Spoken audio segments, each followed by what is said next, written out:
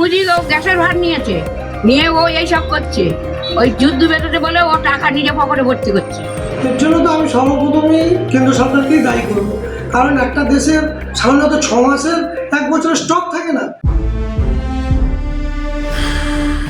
পশ্চিম এশিয়ার দেশগুলিতে যুদ্ধ হঠাৎ করে একদিনে বা রাতারাতি শুরু হয়নি। ভারতের গোয়েন্দা সংস্থাগুলি অনেক আগে এই পরিস্থিতির সম্ভাবনা আন্দাজ করতে পেরেছিল।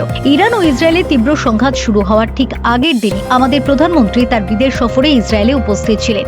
সাম্প্রতিক যুদ্ধ পরিস্থিতির জেরে ইরান কার্যত হরমুজ প্রণালী বন্ধ করে দিয়েছে এবং এই পথে চলাচলকারী জাহাজগুলির ওপর আক্রমণের হুঁশিয়ারিও দিয়েছে। ভারতের এলপিজি আমদানির প্রায় 85 থেকে 90% আসে এই হরমুজ প্রণালী দিয়ে। ফলে এই সংকটের প্রভাব ভারতের জ্বালানি সরবরাহে পড়া স্বাভাবিক। এই পরিস্থিতিতে সরবরাহ ব্যাহত হওয়ার কয়েকদিন পর কেন্দ্রীয় সরকার আশ্বস্ত করেছিল যে দেশে এলপিজির পর্যাপ্ত মজুত রয়েছে এবং সরবরাহ স্বাভাবিক আছে। কিন্তু তার কিছুদিন পরেই দেখা দেয় এলপিজির সংকট। এই সংকটের প্রভাব বাংলাতেও পড়তে শুরু করেছে। পশ্চিমবঙ্গে কেন্দ্রীয় সরকার এক ধাক্কায় গ্যাসের দাম 60 টাকা বাড়িয়ে দিয়েছে। এই প্রকট সমস্যার সম্মুখীন হয়ে পশ্চিম বাংলার মানুষ তথা সোনারপুরবাসী কি বলছে, আসুন শুনে নেওয়া যাক। মুদি ওখান থেকে করছে, এই যুদ্ধ বেরোতে বলে ও পকেট ভর্তি করছে টাকা। মুদির হাত থেকে গ্যাস আসছে, এসে এত দাম কোনোদিন জীবনে বাড়িনি। আমাদের গায়ে নিয়ে এত জীবনে বাড়িনি। আমরা 300 টাকা করে আমরা গ্যাস নিয়েছি, 200 টাকা করে গ্যাস নিয়েছি। হ্যাঁ, সেই গ্যাস এখন কোথায় মুদি যেখান থেকে উঠে সেখান থেকে দাম বেড়েছে ওর হাতে। মুদি ও গ্যাসের ভার নিয়েছে, নিয়ে ও এইসব করছে। ওই যুদ্ধ বেরোতে বলে ও টাকা নিজে পকেটে ভর্তি করছে।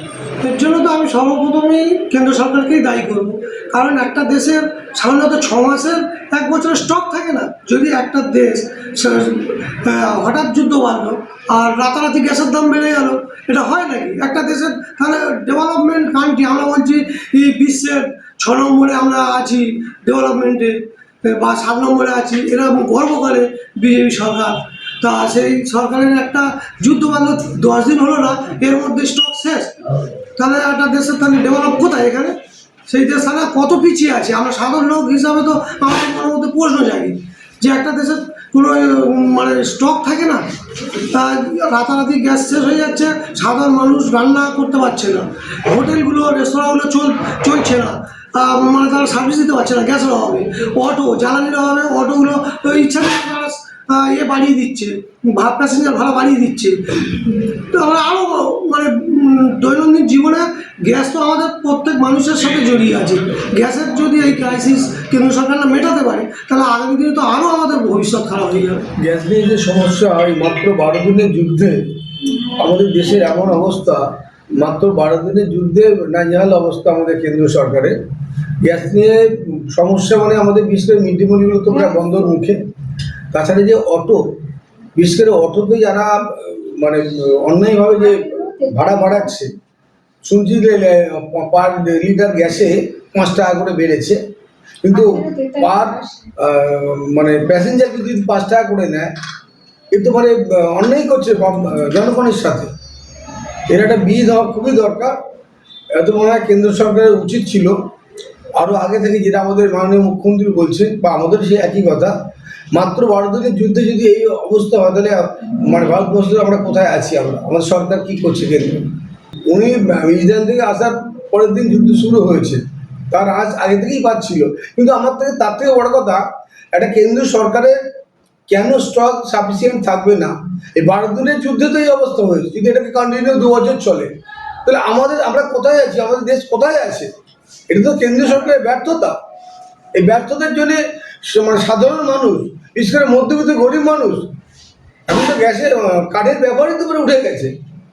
কাঠ পাবে কোথায়? জ্বালানি কাঠ পাবে কোথায়? গরিব মানুষ যদি কাঠ কিনতে হয়, গ্যাসের থেকে তো অনেকটাই খরচ পড়ে যাবে। তা সেই মধ্যে ইনফ্রাস্ট্রাকচার নেই। আজকে মিড ডে মিলগুলোতে আগে 10 বছর আগে কাঠে রান্না হতো, কিন্তু এখন সেই ইনফ্রাস্ট্রাকচার নেই। কাঠও পাওয়া মুশকিল, কাঠে ধোঁয়া হবে, পরিবেশের ক্ষতি হবে, মানে মারাত্মক জায়গায় চলে যাচ্ছে। আমরা আতঙ্কে আছি। সাধারণ মানুষ, গরিব মানুষ, তারা বুকিং করতে পারছে না। গ্যাস 25 দিন অন্তর দেবে, ঠিক আছে, কিন্তু বুকিং নিচ্ছে না। মানে কি হাহাকার পরিস্থিতি হবে, আমরা আতঙ্কে আছি, ভয়ে আছি। ছাড়া আমরা কাজ করতে পারছি না, কি হবে আপনারা দেখুন, ব্যবস্থা একটু করতে পারেন। অসুবিধা তো আমাদের তো বিশাল বড় অসুবিধা হচ্ছে, মানে ব্যবসাদের জন্য, ঠিক আছে। এবার তো সেটা তো আমাদের তো মানিয়ে নিতে হবে। এখন যা বাইরে যা যুদ্ধ বেড়েছে, এখন কি করব তো আমরা নিজেরা মানে ঠিক করতে পারছি না যে আমাদের ব্যবসা থাকবে কি থাকবে না। আরও তো আমার এই ব্যবসার উপর আরও 4-5 জনের সংসার আছে, এবার তাদেরকে চালাবাটা কি করে, তাই এই চিন্তা করে করে আমার নিজেরই মানে মাথা খারাপ হয়ে যাচ্ছে। করতে পারছি না, আমরা হোটেলে রান্না করতে পারছি না গ্যাসের জন্য। গ্যাস পাচ্ছি না, সরকারি তো বাড়াচ্ছে কমাচ্ছে।